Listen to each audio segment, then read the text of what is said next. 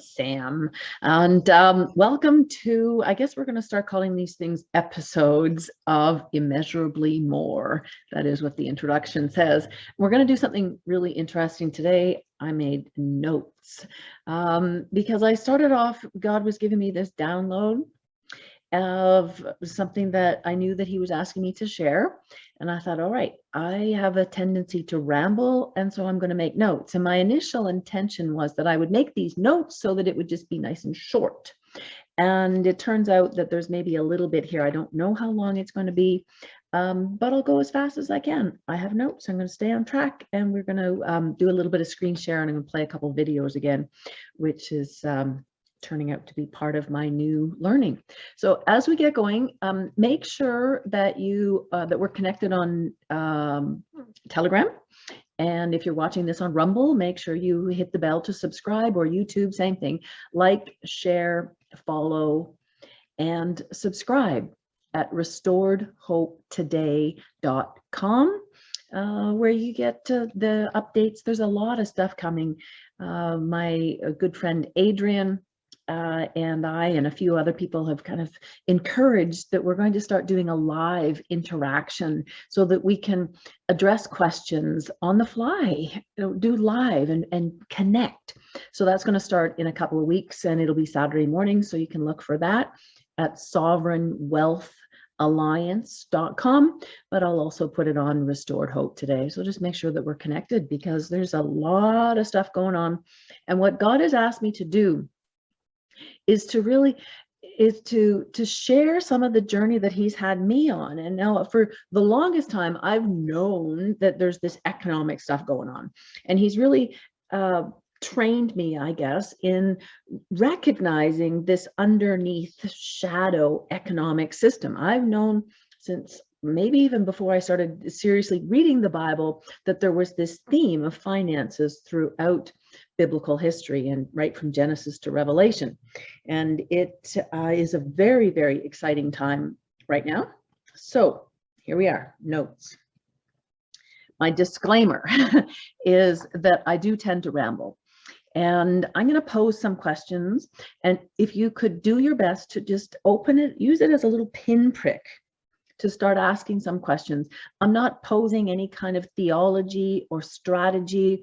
You could say, well, you've got this different kind of ideology. Well, perhaps, but the point is, it's not my way.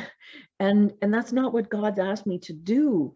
He's given me some fresh insights when I just threw up my arms and I said, I can't deal with this anymore. You need to give me a fresh revelation of who you are and who I am in you. And then I just started reading, and it was really innocent. I just started asking questions because I wanted to know how to pronounce words. I wanted to know what things meant. And that has made all the difference. I stopped learning from other people, and I stopped looking at just the literal English meaning, and just let him guide me. And really, that's the message that I'm asking you to do, is just be open-minded, because it's actually really hard to face your belief systems.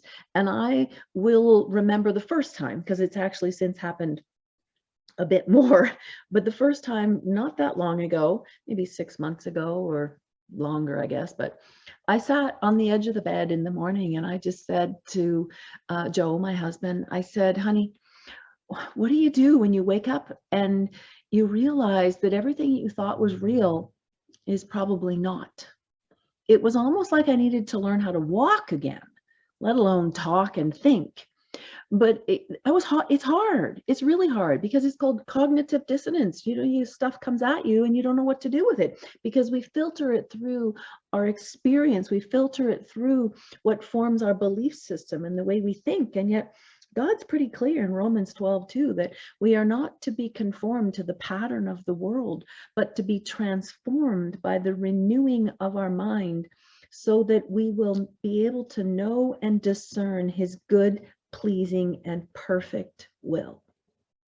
So here, I'm off track already. I'm just asking you to be open to new possibilities by looking at things from a new perspective. I'm not proposing a theology or a strategy. And hey, I'm actually not off track. Because as we start to look at things from a fresh perspective and we can see the different layers of scripture, what happened to me very quickly is I now read in English, and I read with that English understanding, but I'm also reading from my spirit. So my spirit is bearing witness to my mind, and my mind is bearing witness to my spirit, and it's happening simultaneously. And that is really what I'm hoping to I'm really thinking that that's what he's asking me to impart. So the objective we want to do is to move past limiting beliefs, and limiting beliefs, whether we like it or not, have been learned through corruption and deception. And what we want to do is we want to be able to live authentic, godly lives. We want more God and we want no evil. At the beginning, Adam and Eve only saw good, and they were covered and protected and provided for. Someone said once that I thought this was actually quite powerful. They said, if you insert the word good whenever you think or speak or read God, immediately it can impact your thinking and your decision making. So God is good. So when you see the word God, when you think and speak the word God, just think good. Evil is Satan, and that's bad. So that makes it pretty simple. It's good or evil. God is good. All right, scripture gives us a ton of parallels in the word, in the natural, in the spiritual, cultural, and through historical events. And all of these are opportunities for this this transformation that happens kind of simultaneously in this revelation. The Hebrews 4:12, actually it's right here on my shelf. It's you can't quite see it, it's just out of the picture. But the word is alive and sharper than any two-edged sword, able to cut through bone, marrow, and even spirit. It's alive. So how do we make the word come alive in us? We can't force it. We have to let God draw it out of us, because the spirit is what gave us birth. The spirit is there. So how does that spirit get stronger and stronger is really what we're talking about. And what happens is the more you look, the more you realize that English is, that literal translation of the Bible will give you knowledge of the word and knowledge about God. It'll give you all kinds of principles and strategies and historical references. It's all really great. I'm not saying there's anything wrong with that, but there's more. And it's the more that we're after. I titled this, What is Enough? Because I think God's calling all of us right now into more. And I'm hoping that you're listening because you're hungry. You're hungry, like deep within every single one of us. I'm sure we all know somewhere that something's not right.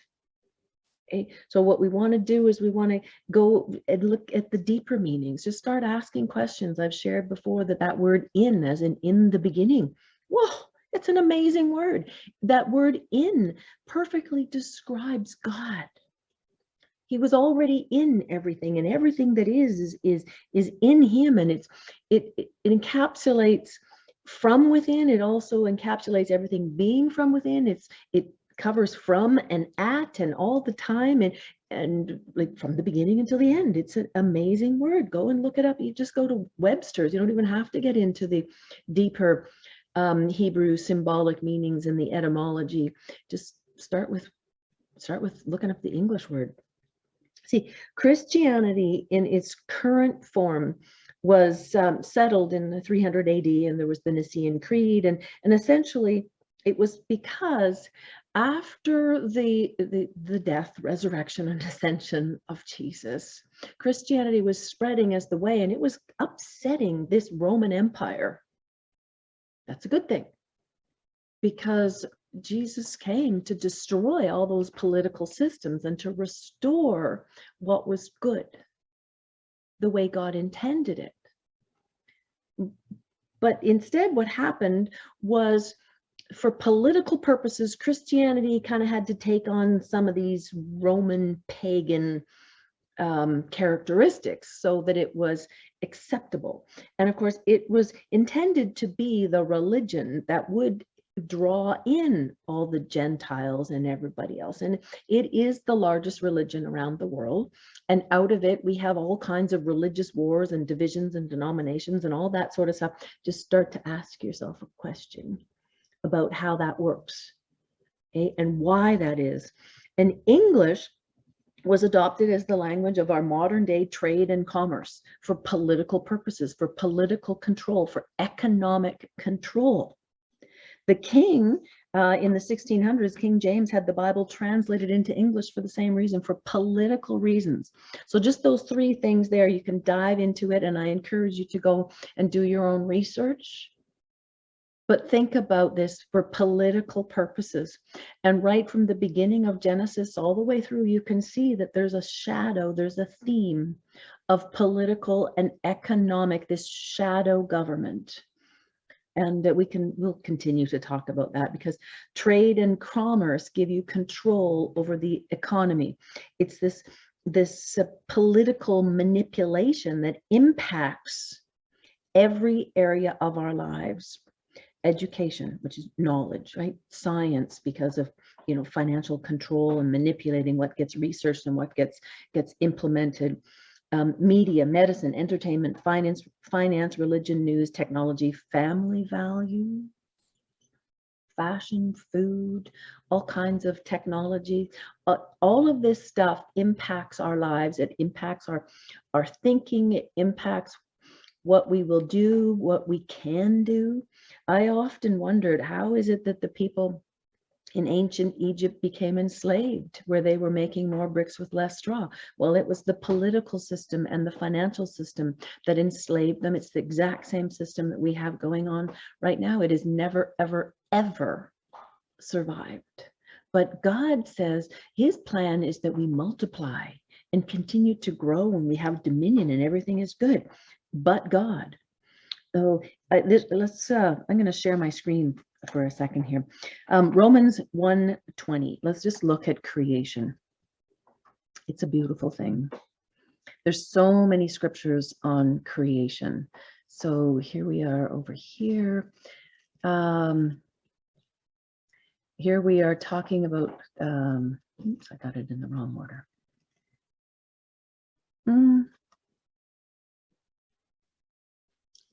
Okay, we'll read this one then.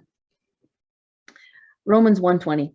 For since the creation of the world, God's invisible qualities, his eternal power and divine nature have been clearly seen, being understood from what has been made, so that people are without excuse. So that means God is everywhere and he wants to be found. And one of my favorite scriptures is Jeremiah 33:3. It's like God's telephone number. Call on him and he will answer, and he will show us great and mighty things which we do not know. So let's look at Colossians, because this, I was just going to pull out Colossians 16, but if we start down here with the preeminence of Christ, and we're looking at creation, because all around us we have a choice. We can see good or we can see bad. We can see evil. We can see destruction. All we have been taught is how to manage lack, and God is in overflow. So our thinking needs to be unlocked to see more than what we can see. So this is Colossians 1, starting at verse 9. For this reason, we also, since the day we first heard it, we do not cease to pray for you, to ask that you may be filled with the knowledge of his will in all wisdom and spiritual understanding, that you may walk worthy of the Lord, fully pleasing him, being fruitful in every good work and increasing in the knowledge of God, strengthened with all might according to his glorious power, for all patience and long suffering with joy, giving thanks to the Father who has qualified us to be partakers in the inheritance with the saints in the light. He has delivered us from the power of the darkness, conveyed us into the kingdom of his Son, the Son of his love, in whom we have redemption through his blood, the forgiveness of sins. He is the image of the invisible God, the firstborn over all creation.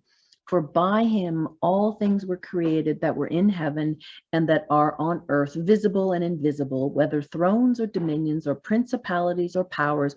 All things were created through him and for him. And he is before all things, and in him all things consist.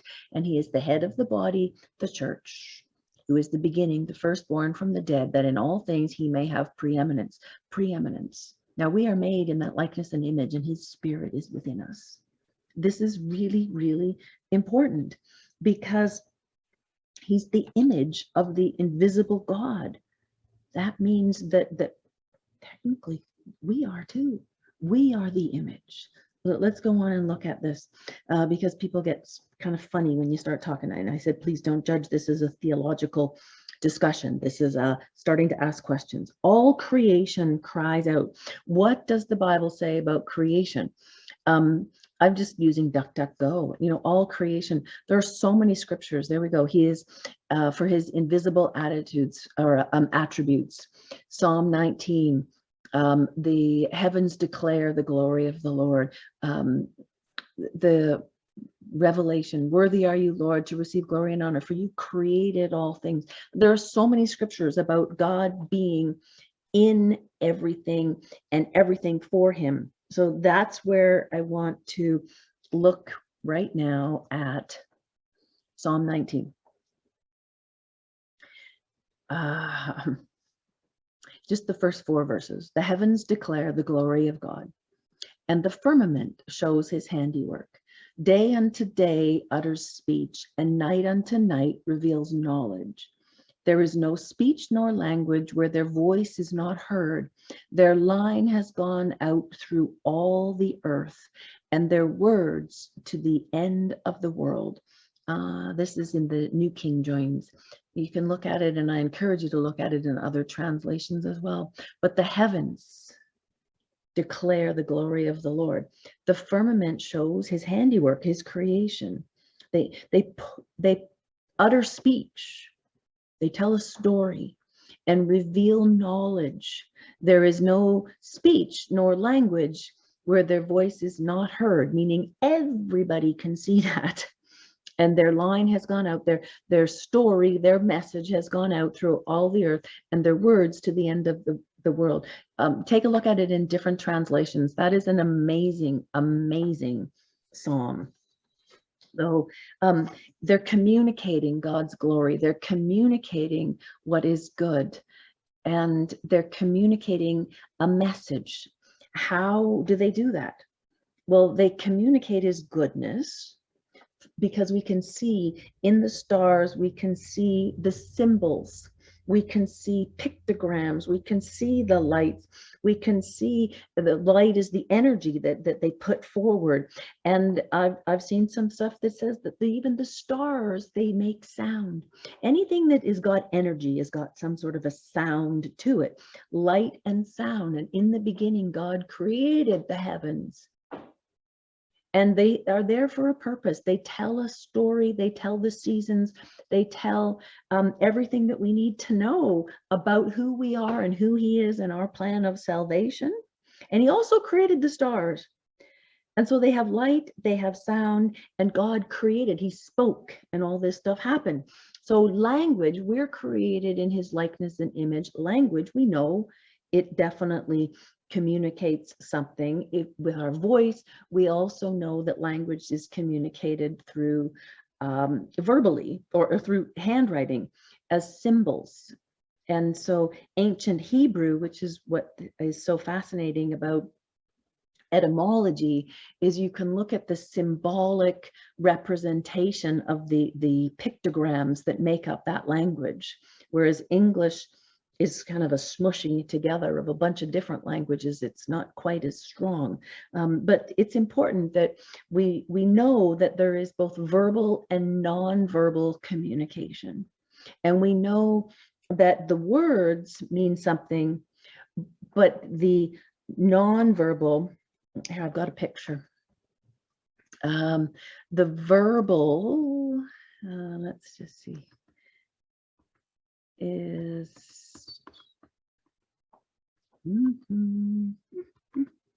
oh dear, Way too many things open. That's really embarrassing, isn't it? My heavens. Okay, let's start this again. I thought I was so prepared. There it is. Okay. We're on page 3. Funny. Just these are my notes. There we go. So here we go. Okay, so what we have here is a diagram of verbal and nonverbal communication. So the words represent 7%. The tone of voice, the sound, whether that's singing, la la la la la la, or something in between, is the 38%. The visual part, or our body language even, is the 55%. So, and even our body language is an interesting thing because we have all the muscles in our face and we communicate. We also, you can tell if somebody's tense. You can tell if somebody's relaxed. There's peace, because we, as human beings, we have an energy that that projects off of our body. Everything in creation has an energy, and we can feel that when we walk into a room. We can tell if there's a lot of joy, if there's a lot of peace. And that happens with the people that are in the space, but you can tell when you walk into a space. Is it full of love? Is it projecting harmony? Just look outside. I mean, where do you get harmony when you've got a lot of electronic equipment, or a lot of like noise and structure and dirt or clutter? Those things, they matter, because God is a God of order and harmony, and we can feel that and we pick up on that. Right? We have language, of course, which is important. It's energetic. The words all convey meanings, and they convey energy. They can produce good energy with good words like love, or bad energy with words like hate. And we're going to look at a video in a second of the way the words and the sound impact the world around us. And there were some experiments that were done on water, and let's just go and look at it now. I'll be better at finding it where we were now. Here we go. We're going to go over here to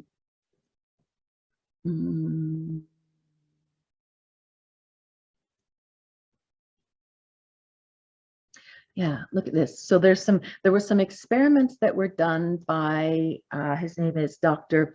Masaru Emoto, water and consciousness. And I would encourage you to go and do some research. It's just amazing, and it's absolutely beautiful. And the hidden message and how water is impacted by sound and by love. And this is just a DuckDuckGo search, and you can see some of the beauty in the water. So our bodies are 70% water. We are definitely impacted by the energy and the sound of our environment, just like we impact our environment. That's why worship is so beautiful, because we are, it's different than if we're yelling. It's a lot different than singing. Even if we think we have a bad voice, it still comes across very, very, very differently. And that's why the words and understanding the meaning of the words is also so important, because the meaning of the words, where if we just, there's a scripture that says that we are held accountable for every idle word. Ooh. But every idle meaning, we say stuff that we don't even really think about. Like the word retirement, it means non-productive. Why are we planning to be non-productive? Does God ever tell us to do that? No, in fact, I think he kind of rebukes that. We are supposed to run the race with endurance and let him complete the good work that he began in and through us. We are supposed to stand firm in the face of whatever comes our way, and know that God wins. Good always triumphs over evil. So where we are right now in this whole cycle of humanity is also played out individually in our lives. And what we've got is we've been impacted energetically through our thinking, through our words, through our language, through our belief systems, that through this overbearing Babylonian system. And if you look at Revelation 23, the fall of Babylon, it's beautiful because it talks about the nations were deceived by the sorcery. So Babylon uses sorcery, manipulation, twisting, deception, which is exactly what happened at the fall, right? That this mindset of looking to the natural, looking to the tree, in order to be like God.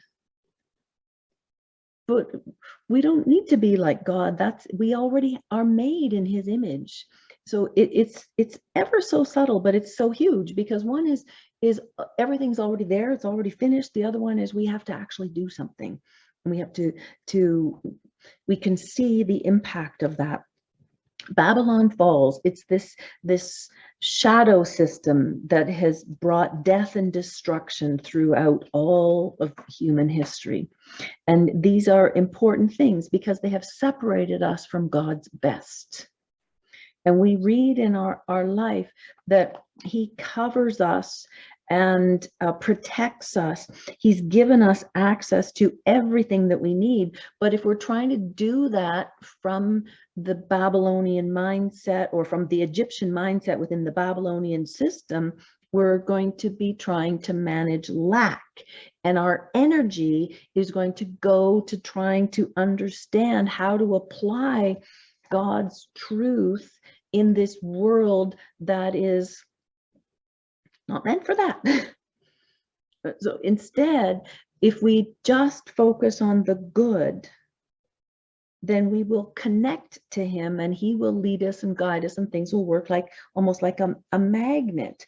So and using the understanding that energy is in everything, and to look for the harmony, and to speak in a way that is positive and encouraging and uplifting, instead of getting caught up in the vax and the shot and the all of this negative, because that's deception. It's deceptive. I wanted to play, and I'm going to share again here. I wanted to play this resonance. How does sound break glass? How does the energy that comes through our mouth, how does energy impact the world around us? It's just a minute. It's just a beautiful, cute little topic. Resonance. How does sound break glass? Obviously using a hammer. Nah. It is because of resonance. I know. Resonance means to keep calm and balance. No. Wait, I'll explain. Every object, when struck, vibrates at its natural frequency. If we make sound having a frequency which matches the object's natural frequency, then that object starts to vibrate. This phenomena is called resonance. So, this was the reason why my legs started to move when the music system was switched on. Oh, yeah. Just listen. Every glass is made up of different materials. However, all of them have a natural resonant frequency. Hence, when we make sounds which match their resonant frequencies, the glasses start to vibrate. As glass is a brittle material, louder the sound, more violently will it vibrate, causing the glass to shatter into pieces. Awesome. Right, so now let's look at another one here, because it's so important that we know. Neutralization reaction. How to treat a base state. It's so important that we know these things, because the connection, the 18 inches between our heart and our head gets muddled. And it's our spirit needs to break through our brains so that we can be transformed by the renewing of our minds. If you're trying to get from your brain down into your spirit, there's a connection. So we have the heavens, We have the earth. And then we have everything in between, and that's called the ether, actually, and it carries everything. And it's the thing, it's how animals connect, how animals know that there's storms coming, and how bugs and ants and everything kind of do their thing. They understand the vibrations. Well, human beings have the same vibration as the earth. It's quite amazing. It's 7.83, and this has been measured and studied for years. It's called the Schumann resonance. We also have this really interesting conspiracy theory. I haven't studied it out. If anybody wants to, you're welcome to, about the difference between 432 versus 440 hertz. The difference between how instruments were tuned, and the digitizing of music, where the theory is that during World War II, the Nazis had something change so that musical instruments were now tuned at 440 hertz instead of 432 hertz, so that it created more tension and more anxiety. I don't know whether that's true or not. It's a conspiracy. Go test it. It's not my thing. I'm not a musician. I definitely dance, and I come alive when there's music, as a lot of us do, and paying attention to why is some of the questions, because when you can ask the question, then you can take your Bible and it just comes alive, and God starts to illuminate new characteristics about him, and he speaks to you about your circumstances. He speaks to us about the world that we're living in. He unlocks that thinking so that your mind can be transformed away from the way we have been conditioned through the environment that has been controlled by this Babylonian system. So I wanted to play this one because this is the same. This is how it works, but it's interesting. It's super interesting. It's only again another minute. Here we go. Watch this.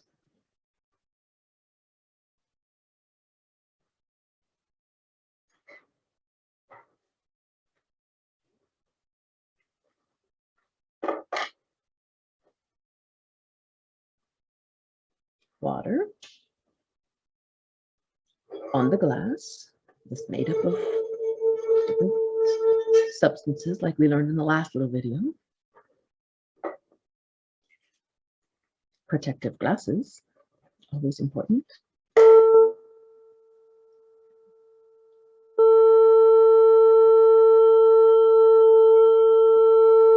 Okay.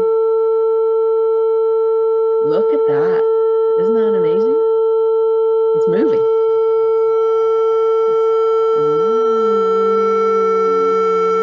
Watch his face.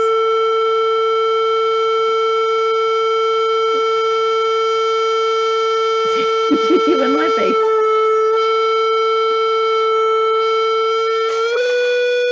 There it is. So there we go. Is that not cool? And maybe that's not the right way to say that. Isn't that cool? Paying attention to the words. The whole concept of this is so, we know it. And yet here we are, we're still speaking, well, I hate that.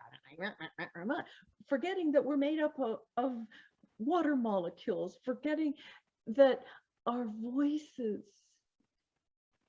go out and they make an impact. So in this world right now where there's so much friction and tension, and we're living in this place of lies and manipulation and deception, it's just everywhere. I mean, I think you'd probably have to be completely asleep to not realize that something's not right. I titled this message, What is Enough?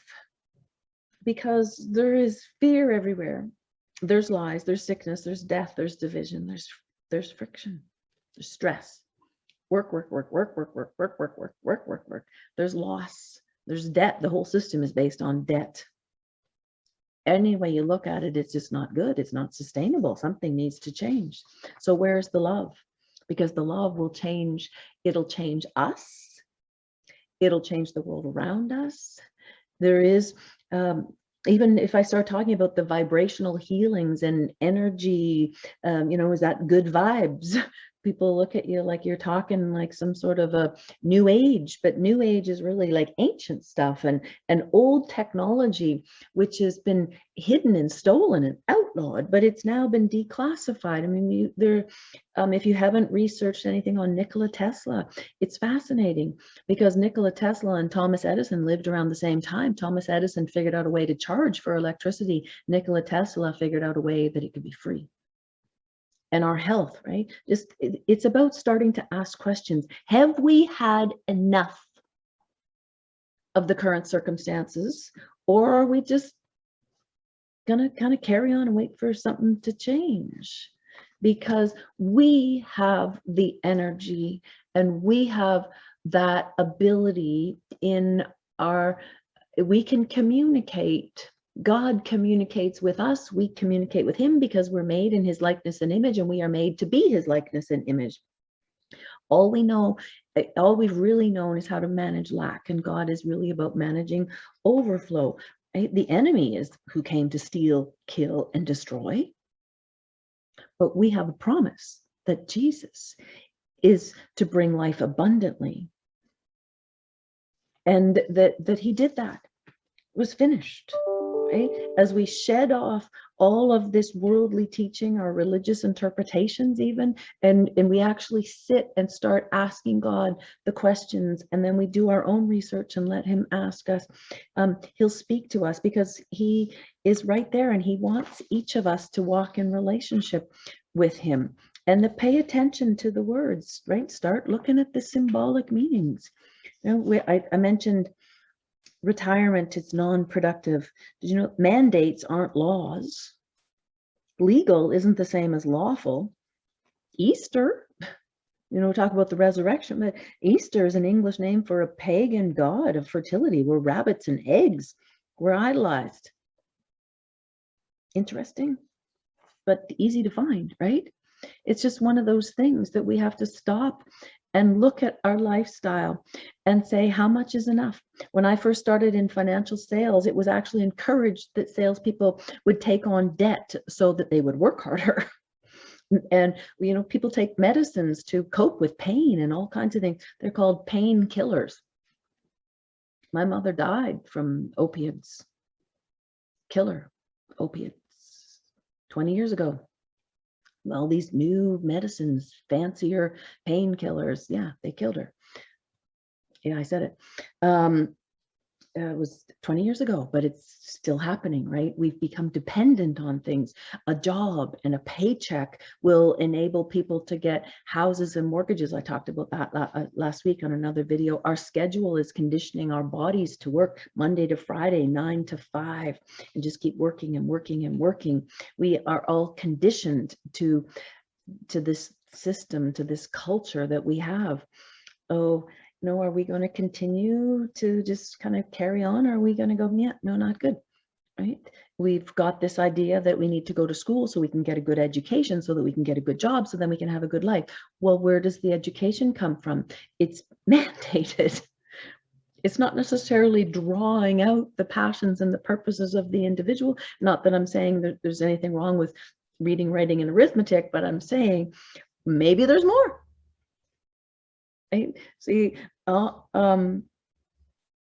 financial success isn't just a strategy. I'm looking at my notes now. Salvation is more than a prayer and, you know, doing this, that, and the other thing, even, you know, being baptized. And, you know, we've created these set of rules, and that's what we've lived by. That we've, you know, marketing is incorporating these psychological principles and manipulating, scripting the words in such a way so then you'll have success. And, you know, if we take that jab, that poke, that shot, that injection, then we get a paycheck, you know, or can we let go and say, God's got more than that? Because on the cross, Jesus said it's done. Love won over evil. God promises, his promises are sealed by the blood of his son. That story was written about, it was told in the heavenly scroll at the beginning of creation, and it's communicated to us on earth. The battle is us speaking and coming alive to seeing that all of creation really is crying out. It's light versus dark, it's good versus evil. And if we only see good, the evil it has to, light shines in the darkness. There's nothing left but good, because the evil can't live in the light. So personally, what I've experienced and what I hope is conveyed in this message is that the more we look for the good, the more we find the good. And the more we find the good, the more alive God becomes in us, which would mean the more good vibes we're putting out. And I don't like to see the lack all around. None of us like to see the lack. It doesn't need to be there. God didn't create that.